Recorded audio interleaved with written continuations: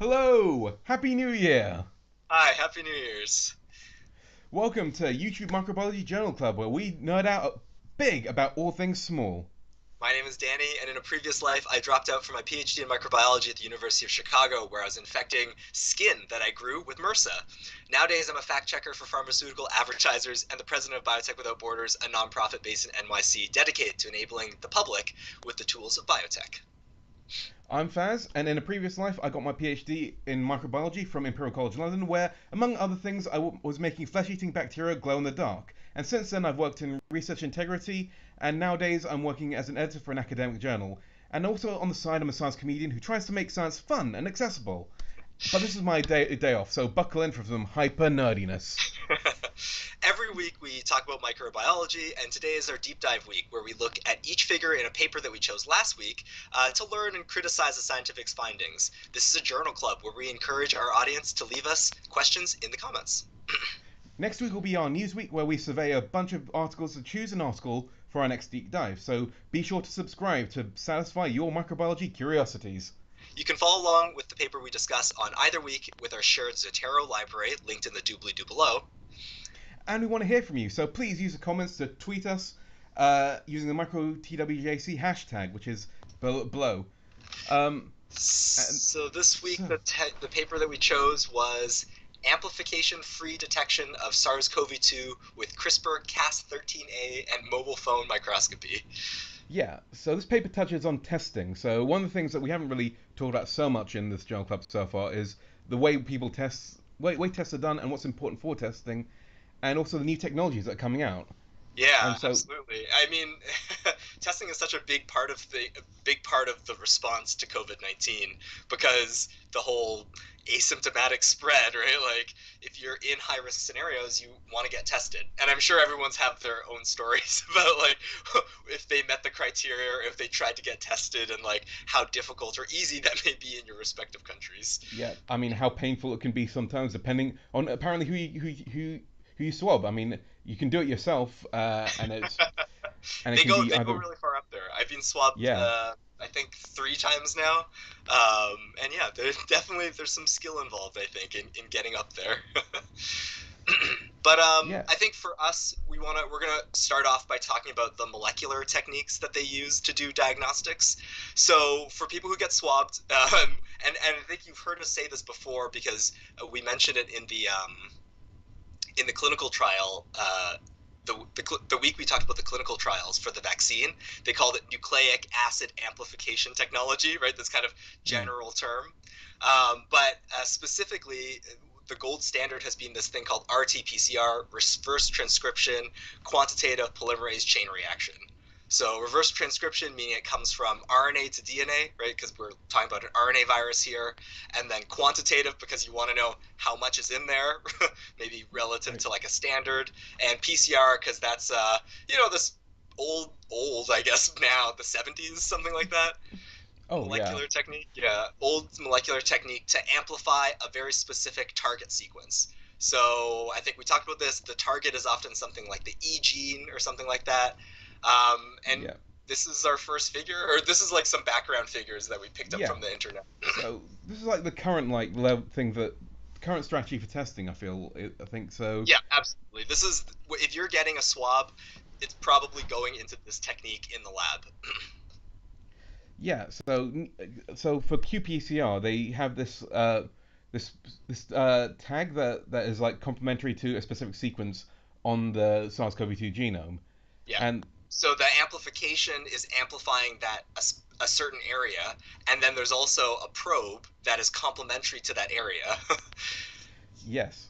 So the idea is this is using a technique called FRET, where there are essentially like there's one probe that's a fluorophore and another which is the quencher. So in terms of bad analogies, I'd say it's like have you ever been in a toxic friendship where someone just sucks all your energy away? So the fluorophore is you, and the quencher is that toxic friend who sucks away all your energy. So that if someone shines a light on you, you don't reflect back. All that Get joy out is now. disappearing. Get out now while you still can. No. Exactly. But so in this case, they use this so that they put a fluorophore and a quencher on a piece of on a probe that is complementary to an area of the DNA strand. Yeah. And so when it binds to it, DNA polymerase goes through them and it chews it up, releasing them from this toxic relationship. So the fluorophore can emit light again. So thus that allows you to get uh, a signal. Yeah, yeah, absolutely. And that signal is going to be like an exponential curve, right? Because the way PCR works is that it's copying the target sequence. So after one round of PCR, you're going to have a bunch of it, and then it'll copy that target sequence again. So you're going to get a doubling essentially, and then the next cycle after that, a doubling again. So you get this exponential curve that forms, and the whole idea of you choose a threshold of some sort, and then when the amount of signal goes above that threshold, right, then you know that's a positive opposed to a negative. Yeah, and they do select the area of the genome quite. They have specific areas that they look at. So we mentioned the E gene. They also look at the N gene as well. Yeah, And yeah, I think. I mean, right, we're looking at this Vogel's et al. 2020 yeah, figure, and there's actually in this paper they looked at across, I guess, the world, different diagnostic labs choose different primer areas, right? So the primers, that's going to be the amplification, and then they have like a little red line for the probe. And what's interesting to note here is that it's very sequence specific, right? mm, Like if there are mismatches, and that may occur from mutation, such as we've been talking about like a little bit, those mismatches will drive some inaccuracy in the ability for these probes to work. So sometimes they do like multiplexed versions where they use multiple probes and primers to try to address any deficiency that might occur from a mismatch. yeah. I mean, bring back your point that this is relevant to like the news because the new B117 variant has this deletion at the H69V9 V70 area of the genome that makes it less able to turn up on certain tests. So Hmm. certain tests are rendered less accurate because of that deletion. Right, and I guess that's actually a really interesting point too, from the idea of surveillance. That's why continued surveillance of the genomes is actually quite important, because Mm, we have to update our testing methodology if things change, right? Like the sections that they choose to test, they might not have that much biological significance, right? Like we're really just using it as a proxy for how mm. much virus is around.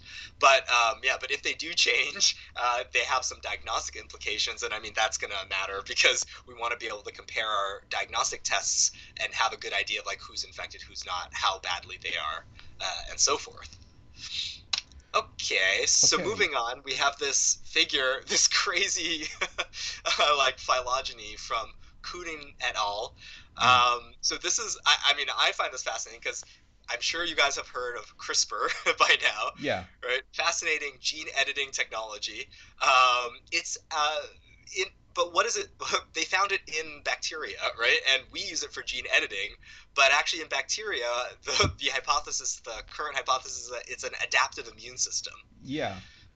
So, like, I remember hearing about this all the way back in 2011, where I was quite interested in it because of the whole area of the. So, CRISPR stands for clustered regularly interspersed short palindromic repeats, which are segments of gene sequence that are in the bacterial DNA, and in between them there's like these spaces that tend to come from bacteriophages or things that infect the viruses. Yeah, it was a big mystery before 2011, right? Like, what were these things for? Like, I think some people had observed the patterns. There were even some early reports of sort of doing identification of bacteria through Yeah. their CRISPR sequences.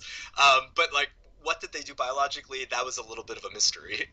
Yeah, and then it came out that there's this CRISPR system where you have like these short palindromic repeats that are effectively almost used by this Cas protein to recognize areas of the genome. Yeah, so they. So I'm pulling up a picture of what an artist's impression of CRISPR, which is basically holding up a short like sequence of RNA and it's waiting to find something that's complementary to it. So this is usually found. So if we're looking in nature, then this is something that's complementary to a virus gene or something like that.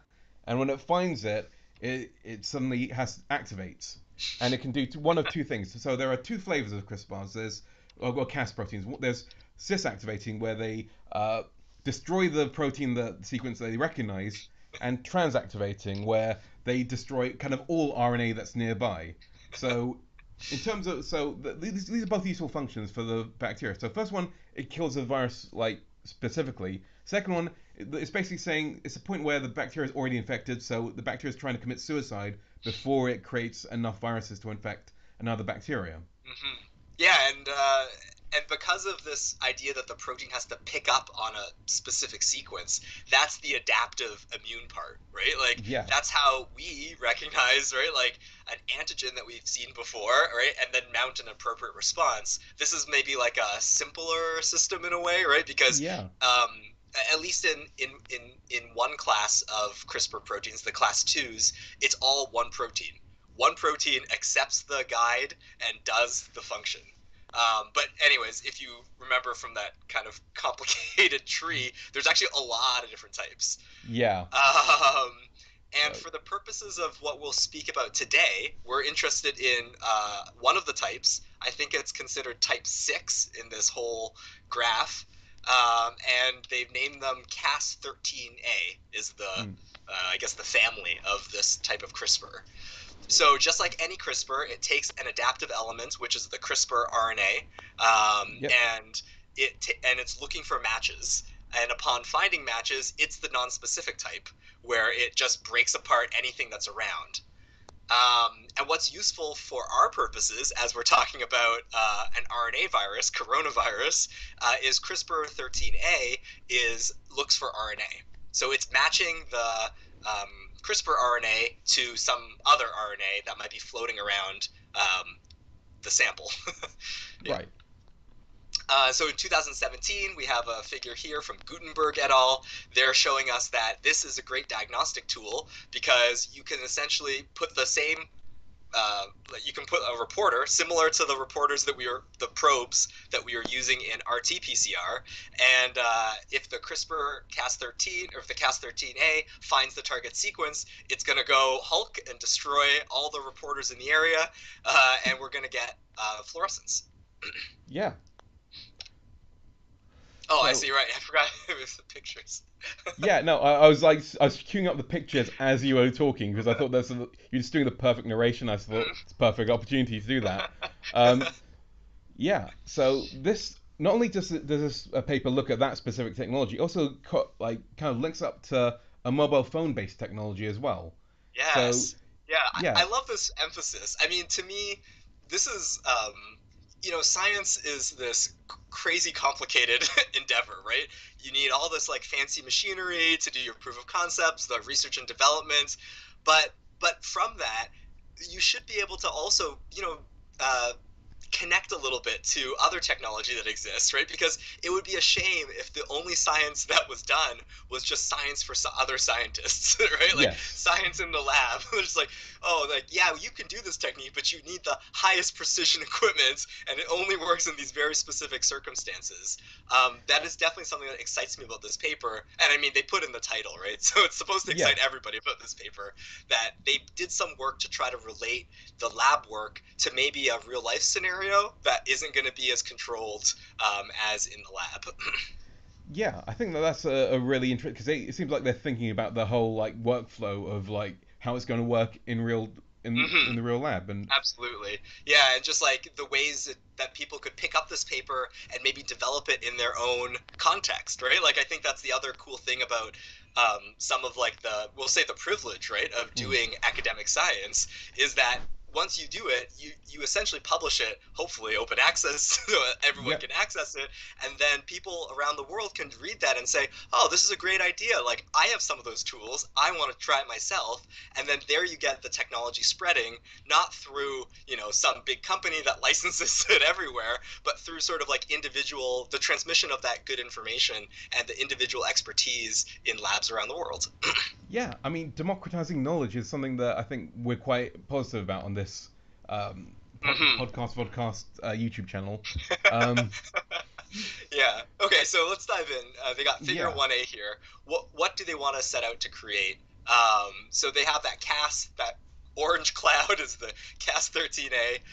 The red is the CRISPR RNA. That's the one that we make that yep, targets it to the target, which is gray in this case. That's the strand of RNA, hopefully coming from the coronavirus. And they show that if it matches up, it should activate the cleavage domain, which will cleave the reporter, making fluorescence that can be read by this cell phone. And the interesting thing that they're talking about with this method is that you don't need to amplify the DNA. So Hmm. the other DNA amplification, you have to wait for an enzyme to put enzymes together, and whereas this one just requires like Cas to hulk out once. Yep. I mean, they were at most there are like two rate limiting steps. There's the actual RNA binding to the thing that Cas is holding, Hmm. and then the Cas activating to chew up RNA that's nearby. Yeah, absolutely. Yeah, that's a really important point. Like in 2017, the paper that we referenced, where they initially did this, they did an early amplification step to make more of their target RNA. Hmm. But this group is going to try to go in without that amplification step. And the rationale is because it's an enzyme, right? So like Hmm. enzymes once activated, sort of keep doing their work. And so their thought is that like if they activate this enzyme, then it'll just keep chugging along and hopefully make enough signal for us to detect. Yeah, and using fluorescence means you can get quite sensitive Mm, as well. If you it's all compared to background, so we're always going to be looking at the signal versus background in this paper, and then from that trying to define how good a test this will turn out to be. hmm hmm Okay, so that's what they want to build, and in order to do that, they have to select regions of the CRISPR RNA that, or of the, I guess the RNA of the virus that they're going to make CRISPR RNAs for. Yes. So they went for the N gene, at least in this figure B and C, and they choose a whole bunch of them. Yeah. So 12. They choose 12 different areas. yeah, 12 different areas that have been used in tests before, Yeah. and it's part of the nucleoprotein gene, which is involved in the packaging up of the virus into its protein shell. Mhm. So you don't expect this to get too many mutations because it's very essential. So if Yep. it loses function, then you're hoping this one will stay quite like stable, Yeah. so it would Yeah. respond to tests. Uh, And I think for them, because they chose things also that were used in previous tests, that's the other. They're kind of trying to link it both to that idea of not changing, but also that other people have thought about this already, right? Have chosen places that might be good to amplify. So like they're going to do the same thing. They don't have to worry about amplifying these places. They just have to make sure that they're relatively stable. yeah. So Um, like oh, sorry, I was the just the gonna say. graphs below, you want to see like kind of a big like signal. So the blue line you want it to be as flat as possible, and the other line needed to be quite steep. Yeah. So the term that they're using here, the RNP or ribonucleoprotein complex, that's Hmm. the Cas. What they do is they make a bunch of Cas13a and then they mix it with their CRISPR RNA, and Hmm. then that like loads up, right? That activates the CRISPR RNA, so it has one of the so it has the sequence that's looking for. People also call that the guide RNA. Yeah. If you're familiar with CRISPR terminology, that's the guide RNA, and they mix that with in vitro translated copies of genome. Yeah. So these Yes. are just pure RNAs that are created almost like chemically. Hmm. So Hmm. they should look almost like the perfect RNAs that you should. Yes. They, Yes. Yeah. This is not like testing circumstance. This is just trying to see, do their sequences work? yeah. How well do they work given the purest sample possible? Yep. And as you can see, a bunch of them do. They have a really steep line for when you add the N gene with the in vitro translated N gene, but they don't have a very steep line when it's just the RNP complexes. Yeah. So in the end, they choose like CRRNA2 and CRRNA4. Um, Hmm. So I think CR like stands for CRISPR RNA. So it's something that I always trip over when I say. Um, Yeah. CRISPR RNA. We could call it the guide RNA. That's also an yeah, easy guide word, right? RNA is a lot simpler just to say. Yeah. Um, In figure S1A, they're repeating the same experiment essentially, but instead of using the in vitro translate, they're extracting viral genomes. yeah, So this might be like a slightly dirtier sample, right? This is maybe something closer to what you would expect coming out from a diagnostic, um, like a diagnostic sample, and they essentially see the very similar results, right? The things yeah. that increase still increase. I mean, I'm surprised they didn't select CR like GRNA7 for this Yeah, because because that seven looks looks like good in it's both tests. Yeah. Hmm. yeah. But I mean, they must have had their reasons. Hmm. But yeah, I mean, this is a good sort of thing. I mean, one thing I'd always like to look at is because coronavirus does segregate into subgenital RNAs, so that would Yes. also be an interesting thing if their tests covered that. Yeah, Um, that's something that I mean they never do it, right? Because mm, the foreshadowing or the preview in this is that they never do they do very little in terms of like parsing out in real samples what the difference of choosing these different RNAs would do. Right? Like they take us from choosing it in this stage to the samples, but they don't then say how did their choices at the beginning affect how the diagnostic would work at the end. right. We don't really understand that relationship. Yeah. All right, I but mean, let's. Oh, yeah. No, no, uh, I've said everything. I was all just right. basically going to say this is basically a proof of concept. So they're demonstrating the theory of what will happen, Hmm. but they're not necessarily looking at all the practical effects. That's going to come later. You just need to have the skeleton of your Yeah, theory, and then you can improve and iterate upon that once you've demonstrated it. yeah, and I mean, at least that's the story that they're going to try to tell us in this paper, right? Like, I think that that's the other thing. It's like, who knows the research process that goes in sometimes in the background, Yeah, right? You get told a story through papers, and it's good because without a story, it's just a load of data that you have to yeah. wade through. Yeah, I mean, it could be that they kind of felt something went wrong during their experiment with With G7 or seven, something like yeah, that, or exactly. they ran out, or something completely obscure could happen in a lab. So we don't know. That's like part of the That's barrier. part of the But research process. Yeah, that's kind of like yeah, the stuff that gets hidden during the writing process and so forth. Okay, so figure 1DE. So they're going to titrate the amount of positive control to try to get a limit of detection. yes, Um, yeah, and I guess, interestingly, I mean, this is a fun way to look at it. They look at the slope, right, of the mm, negative control. So that's just RNP alone. So RNP2, the red line, they just look at the slope of that. And they calculate the slope of the line because this is like an enzymatic process, right? It's like fluorescence is coming over time as the yeah. Hulk belt version continues to break down reporter. Yeah, effectively, like you've got this like it's like a distance. So if you've done like GCSE physics, you're pretty familiar with like distance, like uh, time graphs, and Hmm. the kind of gradient is actually the velocity. So it's how fast the Hulk is destroying Smash. the yeah, Yeah. how quickly CRISPR RNA is smashing. So that's almost like the velocity that. So Yep. you're seeing that, but I mean the like left hand graphs show you the distance it's traveling, and the right hand graphs show you the velocity. Yes. Yeah, they take the slope, right? Yeah, The steeper the line, the faster you get fluorescence in a certain amount of time, the steeper the slope, right? And then the higher the number in E is what you get. yeah, And so then they do some statistics just to say if the slopes are statistically different, that means that we can detect the positive sample. And so even like you can see with the 10 to the 1 copies, right? Like there's a statistical significance, right? Statistically significant difference between the RNP and 10 to the 1, but like that those slopes are not that different. yeah. It's it's this is so yeah, those slopes are not that different. But it's interesting because like I think we'll talk a bit more about like the meaning of like significance in this paper because a significant difference can be used to like show a trend, but it may not like you may require a different threshold for it to be a viable test. Hmm. So I think that's one of the things we're going to have to keep in mind for this paper because I think they are going to be demonstrating the trend more than they are going to be like demonstrating how well this will work in the real term.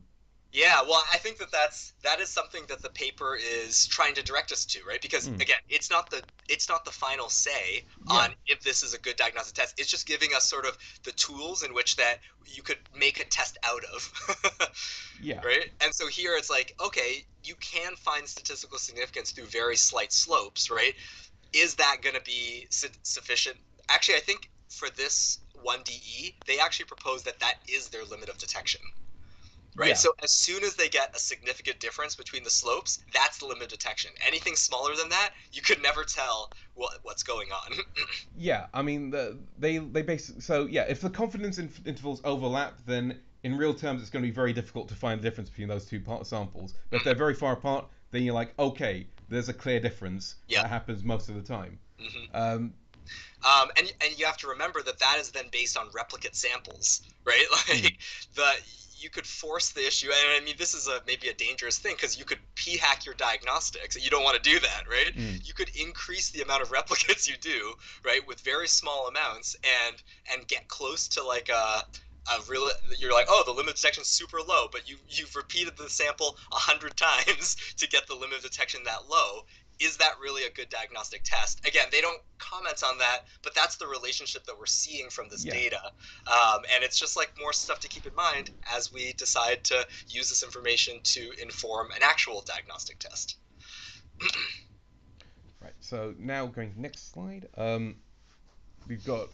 So this I think delves a bit more into how It's the a enzyme acts. Yeah, well, I mean, it's a very similar idea is that if you have more, right? So before they Yeah. were just titrating down to find limit of detection. Now they're just saying, let's just have different starting amounts. Different starting amounts gives us a more severe slope, right? So actually, they propose that it means that, oh yeah, because they do it here. They do the rate against the amount that they put in D. Mm.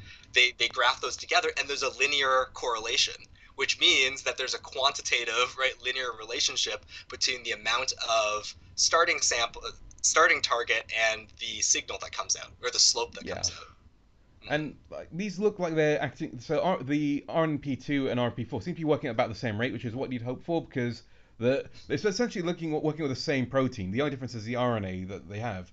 So if there is a Yes. difference in them, then that could be uh, cause some issues in terms of like how you determine how much RNA is present based on your signal. Absolutely, yeah, like that. That's a really good point. But I will say, I will add the caveat in is that if you remember, mismatches, right, will affect Mm, the ability for things to find things. It right. would mean that actually the quantitative ability of this assay is very dependent on whether or not the RNPs that we're using if they have mismatches or not. Because if they Yeah. do, it's going to kind of throw off that quantitation estimate a little bit. Okay. Oh, but they're gonna focus on sensitivity, right? Like they just Yeah. want they just want to the whole idea that they didn't amplify, right? They sort of want the test that they're imagining is swab, RNA purification, fast result. And Right. one of the ways they might get there is by just adding in both of the RNPs at the same time. And I think this is quite good because not only does it mean it works faster, but also has that multiplexing effect where if there is like a mutation in one of those Yep. areas, there's the other one will still act, so you're still able to get that positive test. Yes. Yeah. So this is good from the standpoint, and I think this is like the important thing always to remember in diagnostics is like there are many ways to parse a test, right? To Mm. interpret the information that comes back from it.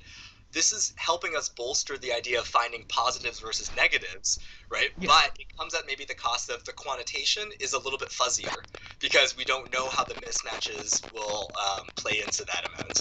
So we'll assume that there's no mismatches, right? And so we have some quantitative ability here. right. All right, so they pop in the second one and they show that with two you get a way more signal production than with just one. Yeah. So one plus one equals two, but which is good. I mean, to be Well, honest, in science that so rarely happens occasionally, where so hmm, it's something that we need to like demonstrate that there is absolutely. that extra that this does indeed boost it. Hmm.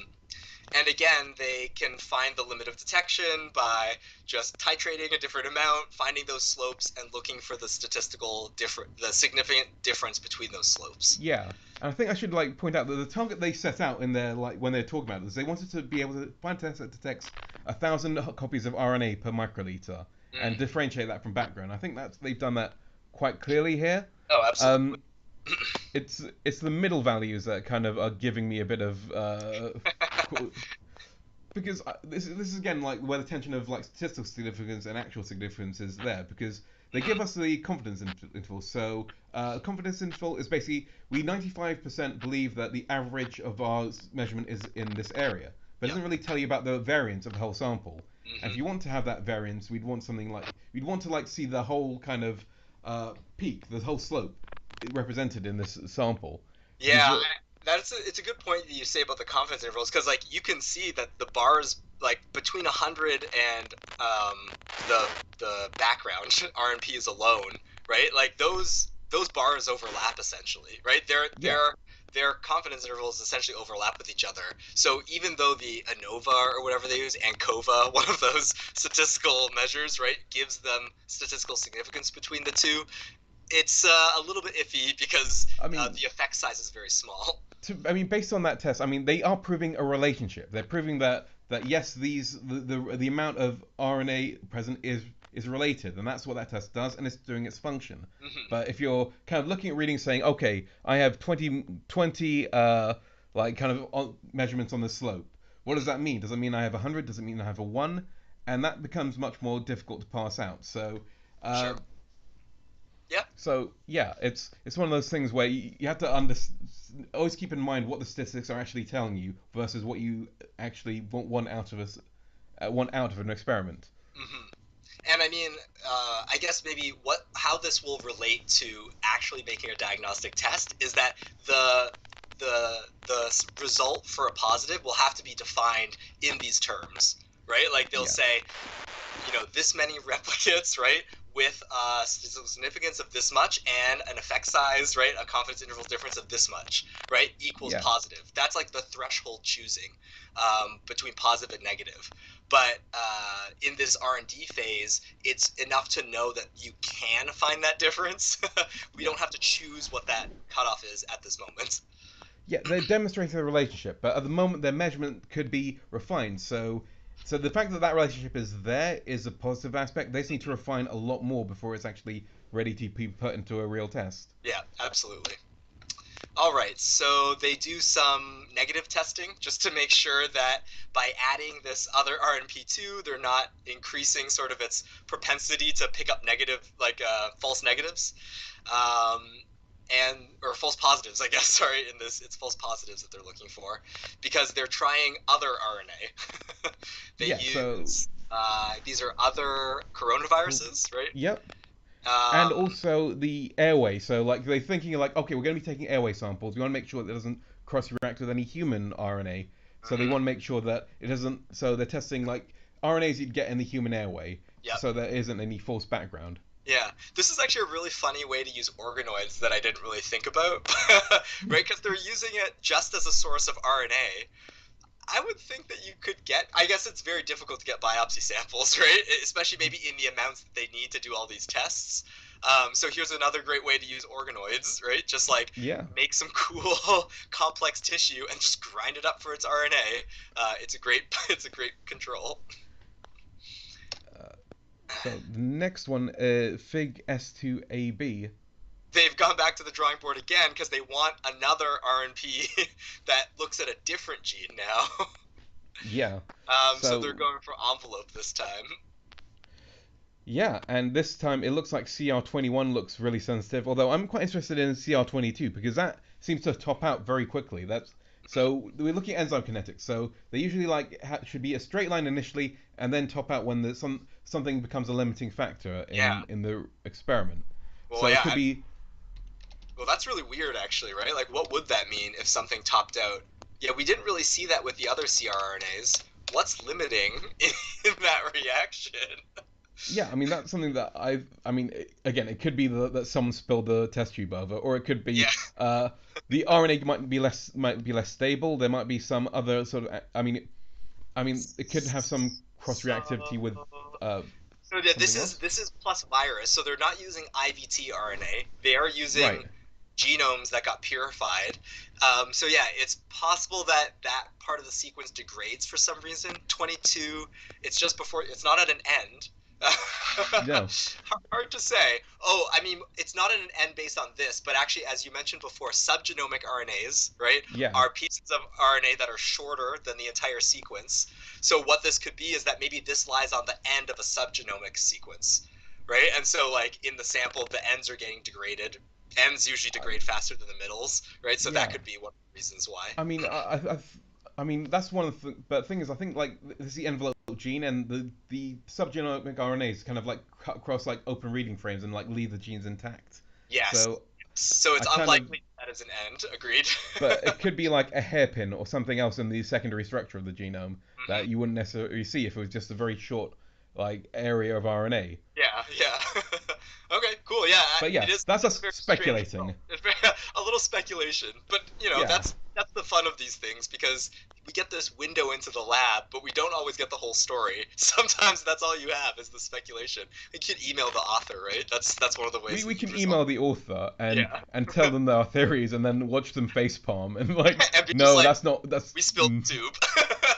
or they're like, or they know about some other much more like involved effect that they haven't talked about because it might take an entire other paper to talk about. Sure, Uh, absolutely, so absolutely. so this is kind of the fun thing about seeing like some of the messy things about reading real paper is that sometimes you read a paper and it raises more questions in Mhm. a good way, not necessarily, Yeah, but yeah, yeah, and those questions, like sometimes the answers are meaningful in other fields, right? Just not in the scope of the story that's being yeah. told right now.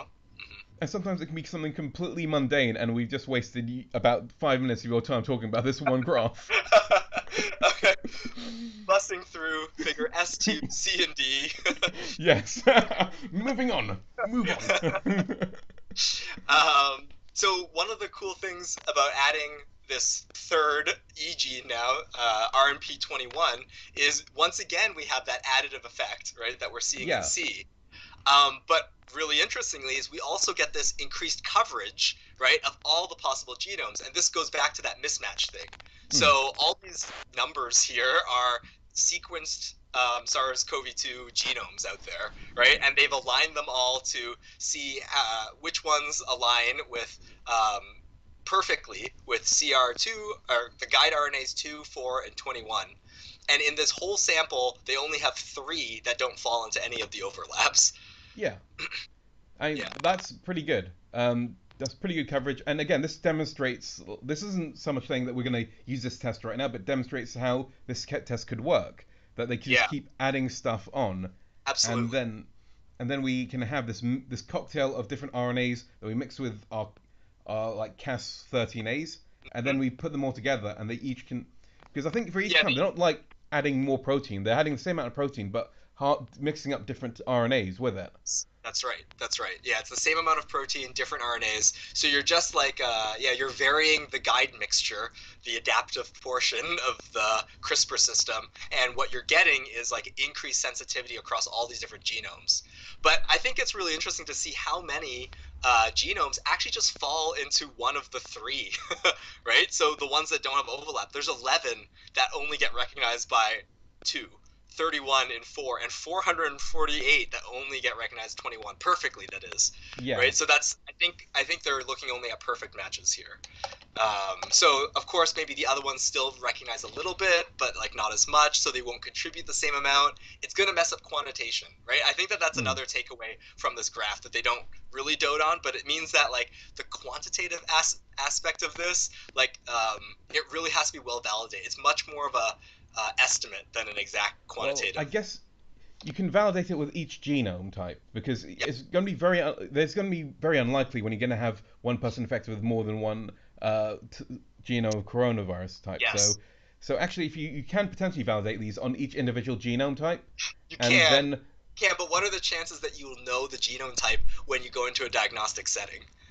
I mean you probably won't, but Yeah. what you can do is like you can compare what trace you get to what is known about genomes. So you can kind of the important thing isn't so much recognize the genomes, but recognize them from background. So you can Oh. recognize what happens when you have a trace that isn't normal, that Mm-hmm. isn't like what you'd expect, and then you can look at all these alternatives to be like, okay, well must be from one of these many different types of genomes that is causing this the way this trace behaves. Interesting. I guess my thought is that the case that you just mentioned, it's that case is indistinguishable from just having less of another genome. Right, like if Yeah, right, because all you're looking at is slope of line here, right? So like the slope of line, you can't tell whether that's because you're having some mismatch effects, right, or because there's just less virus in this person. yeah, no, I think you're right about that. Yeah. Um, But anyways, but it's not to yeah, say, this is just these are the nitty gritties that we're getting from, and this is buried in a supplemental figure, right? So it's yeah. like the main point of this paper is to show us that the test can work, right? Mm. But the like for me as I'm reading it, like I also want to know what will that test look like, right? Like Yeah. what will that final test be? And we're getting like little hints as to what it could be looking like. Okay. Let's see. S or figure 3C and S2E. Oh, we got some more negative Yep. negative controls here. Can it So produce false positives? I think that's quite a clear no. yeah, exactly. Which is great. I mean, this is a really Yeah. I love these these these graphs that essentially show us nothing, because it's really important to know that we're not going to get false positives. Yeah, and it's very hard to like show this sort of data because I think there's a lot of like researchers kind of have this idea that it's very showing a blank graph is kind of not great. That you always have to show some kind of data, so you have to find some way to show false positives by almost you have to push your test to the breaking point before you can. Sure. And if your test has I mean, this case, like I feel like this is kind of enough that they've got this. But Yeah. yeah, Absolutely. Yeah, I see. Yeah, how you could ask them to provide. I'm not saying that it's necessary, but like really stingy reviewer may say, "We'll break it for us, right? Put more and more RNA until you get like some false crazy result." positives. Yeah, false Yeah, positive. It's like, un, but then you un, show that you put in like milligrams of RNA. it's like put enough RNA until your machine breaks, and like okay, yeah.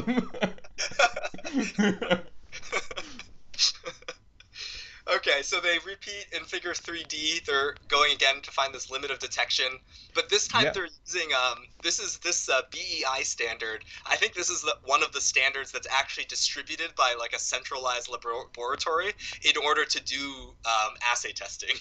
Hmm. Yeah, so this is just it's another type of positive control sample. I think it's actually purified from genomes again, but again from a standard reference laboratory. Yeah, and they're showing us that it has again that limit of detection.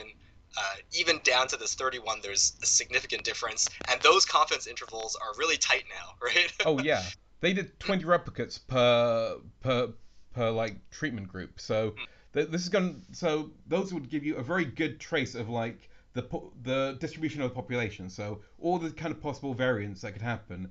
This Yes, will probably give you a very good idea of what the variation of the population would be. So in order for this to be working like kind of reality, you'd probably have to replicate that similar sort of situation for a test. So you wouldn't just see like one value, you'd see like a distribution of values, and then you could tell the difference from them. absolutely. And Absolutely. Again, they're using the standard RNA, right? So like this hasn't been through the same like sample processing that like a standard sample would be. But yeah, I think you're right on the money there.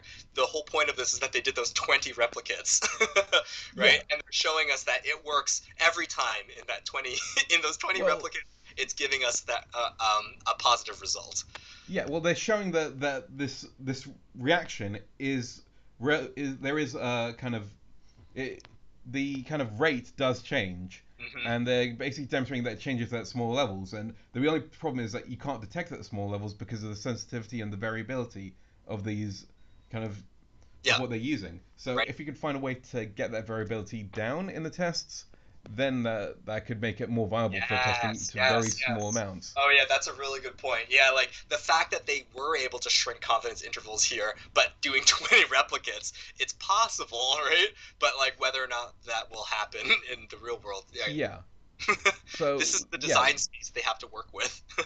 yeah. So they're gonna have to like think about like how are we going to make this tighter? What's happening with this reaction that causes the variation? How can we limit that?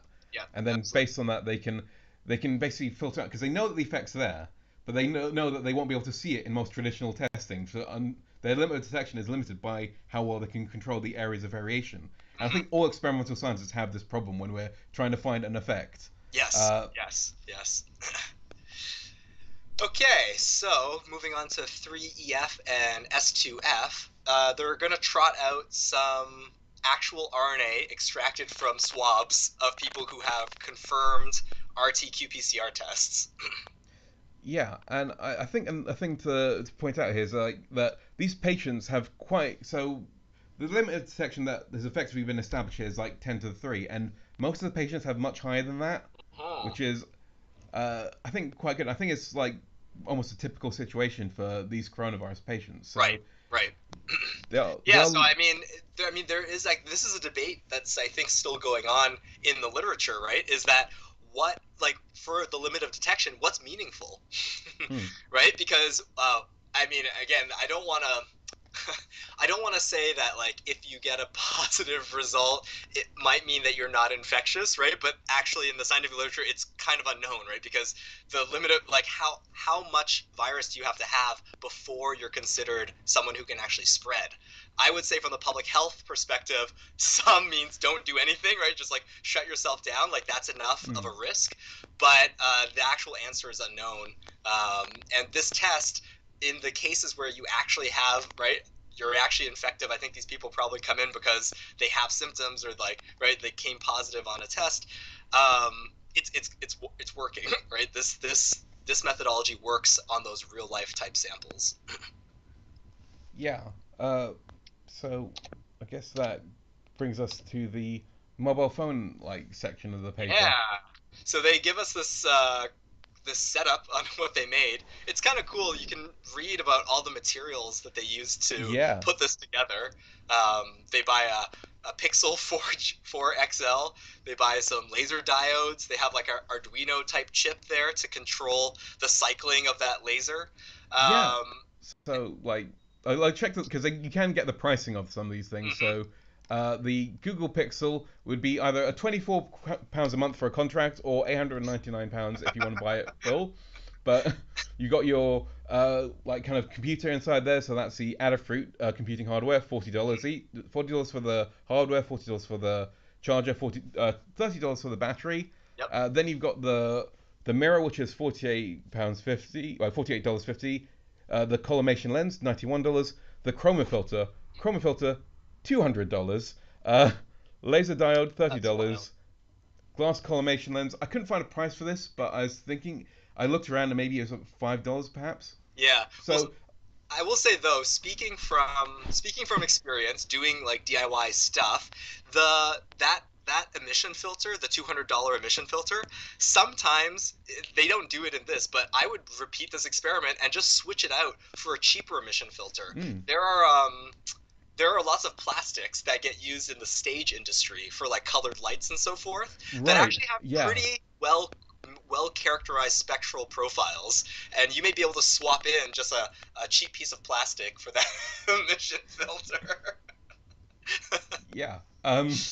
So, I mean, I looked around and actually even adding all this up, this is still cheaper than most fluorescence microscopes. Oh hell So, yes, yeah. Oh, but I also say in the DIY world, like you can make pretty cheap fluorescent microscopes again using what I was saying, using just like laser light and some plastic filters. You'll be yeah. surprised at what is actually good for cutoff. But anyways, they Yeah. went all out because they're an academic lab, right? They can buy the best. It's still much cheaper than Yeah. fluorescence, and it could probably even be cheaper with a few more hacks, I would I say. mean, yeah, two other things that they had that they didn't give the cost of was like a vacuum chainer to degas the sample because they want to make sure there's no bubbles. Hmm. But so Hmm. so I guess and also a 37-degree incubator where they put the actual test machine in for the Cas9, Yep. sorry, the Cas13 to react. Totally, So totally. And then I think the other thing, which I think is much trickier, is the machining of this piece of plastic that they use, right? So they give the dimensions in A below, right? But yep, they essentially drill 3 channels into some plastic. yeah. So the actual chip where they put in the protein, and again, like all of this costs is a lot, but then the Cas protein itself costs quite a lot of money to have as well. So Absolutely, absolutely. But yeah, I mean, one of my utopian dreams, right, is that people can make their own proteins, right, like yeah, in smaller batches, like in their homes, or like I don't know, some like local expert center, community lab, perhaps. So yeah, so hopefully someday those will come down. But yeah, there's some but significant costs in reagents as well. Don't forget the quenchers, right? You have to yep. buy all those reporters to make it work. So a lot less than what you would do in a diagnostic lab, right? They've Hmm. managed to shrink the costs, but yeah, there could be even more work in this section to drive costs down even further, I would say. Yeah, and the thing these will be doing lots of different tests. So Hmm. I mean hopefully if they find a way to make the assembled chip like recyclable or Oh some, yeah, absolutely. and of course theoretically this I mean the only thing that needs to be varied if you want to look at a different disease, you only need to vary the RNA like kind of uh, the Yes, guide RNA. that's So you true. can Yeah. actually Hmm. adapt this to test for influenza, measles, other sorts of diseases that you want.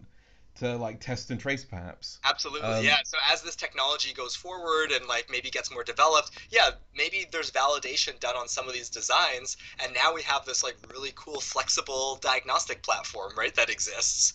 yeah. Um, I just want to point out that in C, that's a good picture of how this data is actually being collected, Mm, right? They show that like they've drawn little boxes, regions of interest, right? And that's where they're counting the intensity of the pixels, right? To say this is how much fluorescence we're getting from a different area.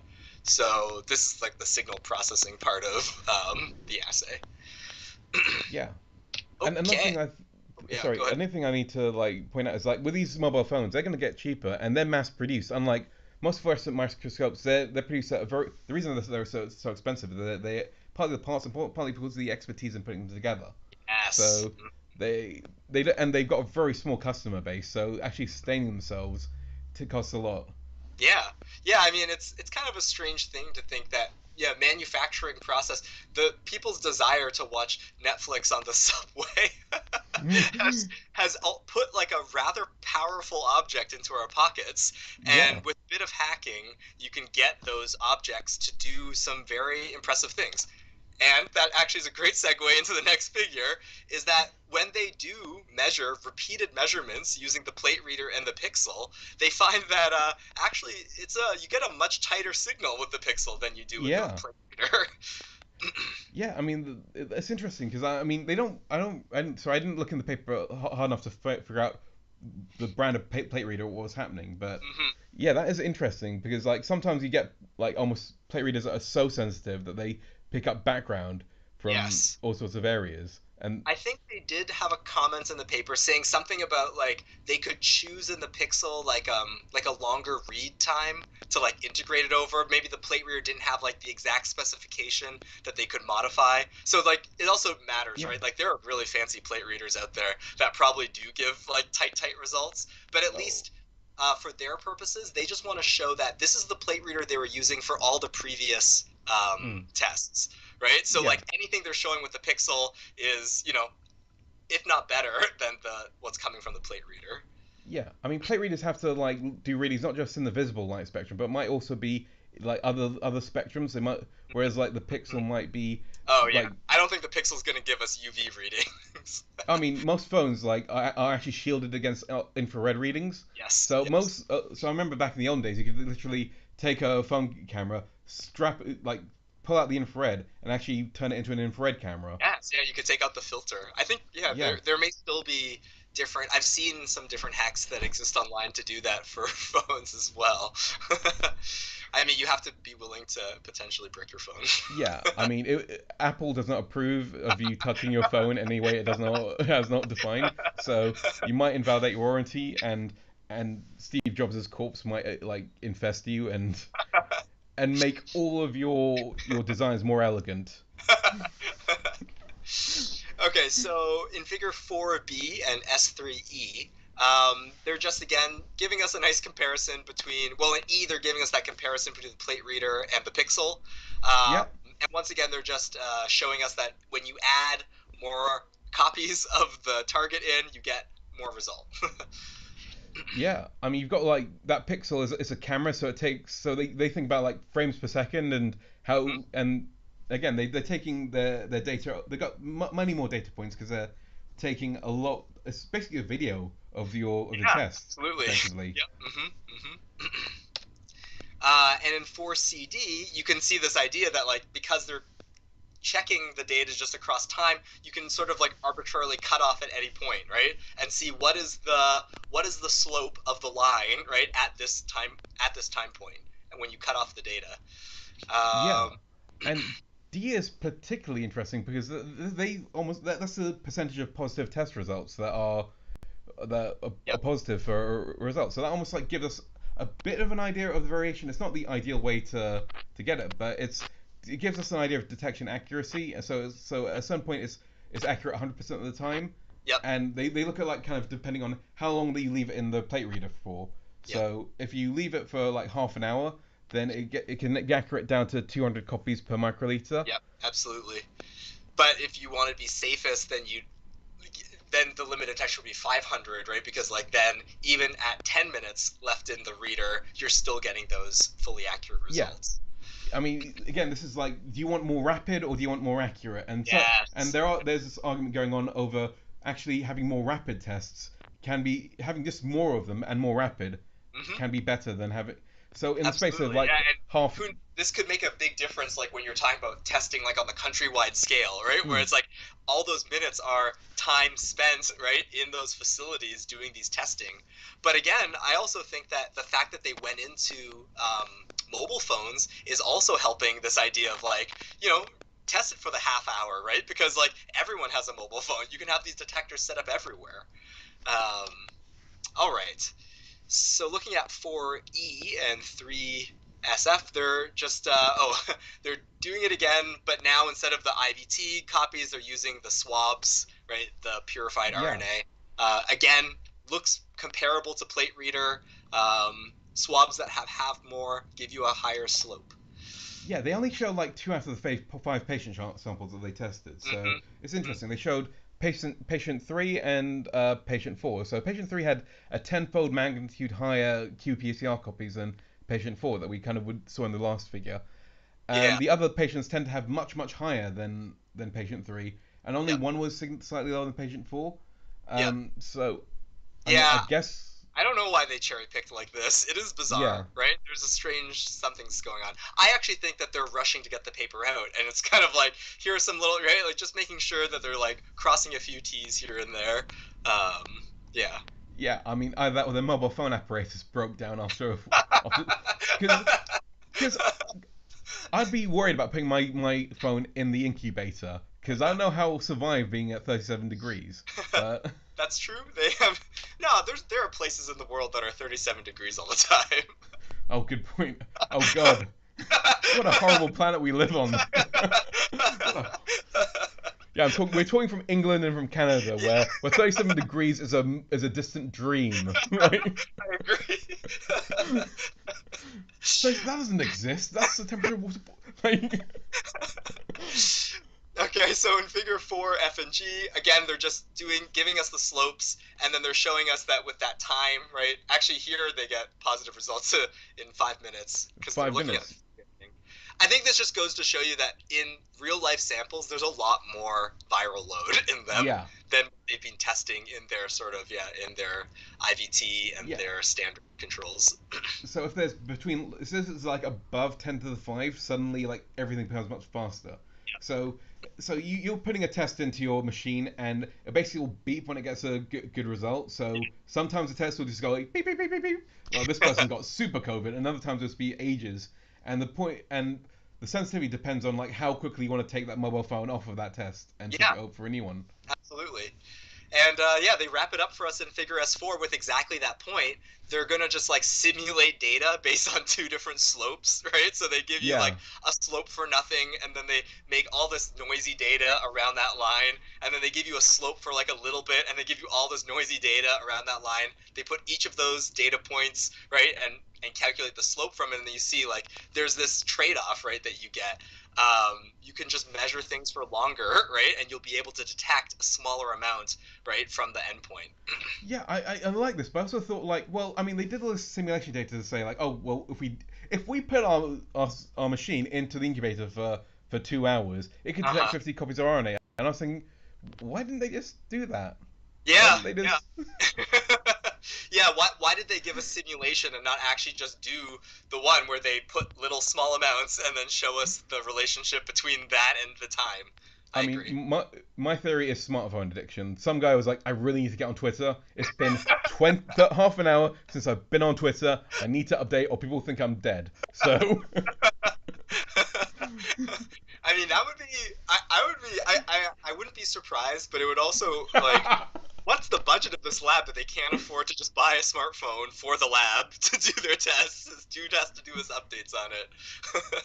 I mean, I think because we do watch our lab like kind of like someone's buying a smartphone from this grant. Like I feel like the NIH would probably have some questions for you if you're like, oh yeah, I bought like a smartphone, a gaming PC. Because I do remember that there was a point where people were were simulating like bacteria on PlayStation 3s, and I'm just want to see that grant application. In fact, for my own research, I had to purchase a PS3i camera to do some like computer vision stuff, Oh, and nice. so in the end, I just bought it out of my own money because it was got such a ball ache to try and get it on the It'd be grant. like a pain to get it through the It's like, red tape. so using this gaming console to do your research, I'm like, oh, do you know? I'm just. It's cheaper if I just pay for it myself. But I think this point too. It brings me back to something that I alluded to before, is that they don't tell us how the choice of the guide RNAs impacts this idea of sensitivity in the final test form that they've Yeah, proposed. Yeah. because I think it's CR2 and CR4. They're not. They want the best looking ones in that sample, so they could easily have changed. I mean, CR2 especially, like Yeah. 11 genomes. I feel like you could do better than that. Yeah, but like, I mean, what I would like to see is like, show me the difference subbing in CR2 for CR7, right? That has the better one. How does that change, right? The relationship of sensitivity, of time, right, to samples. Like, I think that would be kind of interesting to see. I mean, I think we could predict what would happen, right? Like, because we know that it's more, so it would be more sensitive. But I think knowing it would be nice. That would just give us some more design Yeah, space. But again, this paper I think is it's taking the strength of the academic lab, right? Which is to go in, try a bunch of like inventive different things, make it available to everybody who can access academic journals, which ideally is everybody, but it doesn't mm, always happen because of publishing restrictions, and inspire people to go and follow up with these results, either in their own diagnostic labs and community labs, or startups who are like, this is a great idea, we want to make this. Um, yeah. yeah. I think that this kind of brings us to the end of this paper. Yeah, I think it's a really cool paper. There's not too much extra to say like about it in that sense, because it's not we're not learning some basic truth about the world, right? We're not like Mm. racked with the uncertainty of like, what is the how to interpret this piece of information. Instead, I Right. think we're left with questions of what are they going to do next, right? And who's going to do it? Who's going to do this work? What company's going to pick this up and give us this product, right? Yeah, Yeah. I it's mean, interesting to read things that are sort of based in technology versus based in trying to learn some basic biology. yeah, there's sometimes where you're trying to learn new things, sometimes where you're trying to turn it. This is very applications based, very much like what we're gonna do, how will it do what we want it to do, Right. and I don't think they've really like sold that fully yet because they Yeah, haven't. they've just given us the taste of it, the proof of concept Yeah, of it. Yeah, but I could yeah. imagine like in an engineering journal or who knows, right? Other Oh places yeah, that follow up with this in a much more systematic way to kind of like get at the critical parameters that are going to be deployed when it goes into field, something like that. yeah. I mean things like what are the sources of variation? How can we update this? What are the problems for this? And like also like how does that limit of detection relate to like the real term like Yeah, yeah. cases? And Like like a what huge happens? also like manufacturing of these assay chambers, right? How does the shape of the assay chamber influence the type of result that comes back, right? How are Yeah, those sources of variation that can be minimized for the diagnostic test? yeah. Like what if you put a heater in those application chambers rather than put it in the incubator? Or Yeah, like the chips. How yeah, are you going to design the microfluidics on those chips? Because at the moment, like they sure. seem to be Oh, quite turn them into chunky, flow but chips, right? Like, yeah. then you can do multiple samples. You can do like a rinse cycle between them. Then you don't have to handle the samples by pipetting them into tiny troughs. I mean, you could even have like, I mean, if we're going like really bonkers, there, you could have almost like a lab on a chip sort of situation where if your camera's sensitive enough, it can like have a resolution to pick out each individual dot. So you would just have three channels. You'd have like maybe five or six on the same chip, which would improve your throughput a lot faster. Absolutely. So you'd be able Yeah. to do loads of tests. Yeah, so Uh, you see, there's tons of places that we can talk about here, and in some ways, it's almost easier to spitball on this paper than it is sometimes in basic research, because in basic, there's like more unknowns. It's like a bit harder to like throw out those crazy ideas, but then sometimes when you constrain everything and you have a purpose to go for, it's like easier to kind of throw out the brainstorms. I think the last thing that I want to say is I love that they cut out the amplification step, right? mm, And that's like one of the strengths of showing this proof of concept. Um, what about the RNA purification step, right? I heard Right. that it was a bottleneck for a lot of time in both in the U.S. at least, that some of those RNA easy Kaigen columns or Promega Yeah. or whatever, they were low. The Yeah. supply of those was very low, and so this method still relies on that initial RNA prep step. So it would be interesting. I would like to see, what if you vary it up? What if you try to run it on a raw sample, right? Or Yeah. just concentrate a raw sample, or use like a different purification technique, like a dirtier one, right? Some dirty RNA purification technique. Would this assay still work? Yeah, I mean, there's also like things like trying to make sure the RNA doesn't break down, which is quite another challenge as well, because Hmm. in the environment there's lots of enzymes that break it down, and Yep. yeah, so there are all these other steps that they don't really talk about. So things like so they say it's like they present it as like a cheap and efficient way because everyone's got a mobile like phone in their Yep. pocket, but Yep. there are all these other steps that we have to think about. The purification, the actual because they didn't test it on real like raw samples. Hmm. And so, actually, for this paper, it's very hard to get an idea of the full workflow of how it comes from like your nose to a bright chip reading. I Yeah, mean, yeah. Well, I mean, they don't speak to it directly, but in their methods, like, right, they're taking those samples from the nose, they're running it through a column, they're eluting, they're taking a sample of that and putting it into their troughs, mm, right? So like that is how it's done. It's just that like that is again a very lab specific methodology, right? If they're trying to give us a protocol that we can do in all these different scenarios, right, it's gonna have, you need a lot more information to take that and run with it. but I guess it's still going to be faster without the amplification steps. Oh, Like absolutely. every part, and Absolutely. It I think that's and it's going to need less reagents because amplification brings with it its own set of reagents, and that's yeah, why I'm interested in for them to try the raw sample um, because in raw sample or like something where they just like add protease inhibitor, RNase inhibitor. Oh, I guess they mm, can't do RNase inhibitor because the Cas13a has to work. yeah, But like, but I would like to see something along that line because like to me that's the strength of this because the reaction is so simple. It's just Cas13a and the reporter, right? Like the RNP, yeah, molecules in the reporter going in.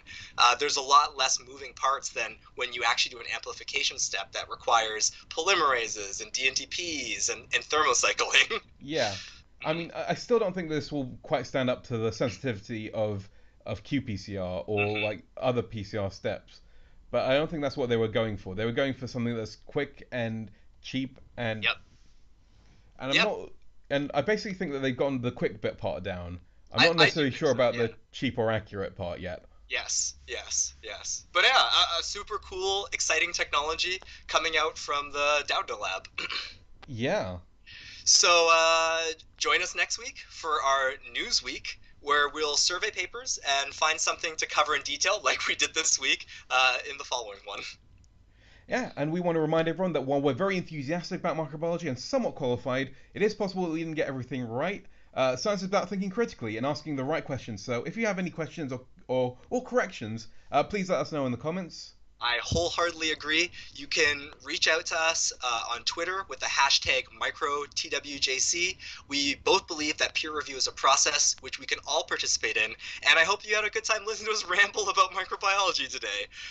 If you have something you'd like to add or found something unclear, please let us know. Yeah, it's been a pleasure. It's been a pleasure chatting with you, Danny. Same here. Tune in next week for more microbiology more microbiology content. I'll see you next week. Bye.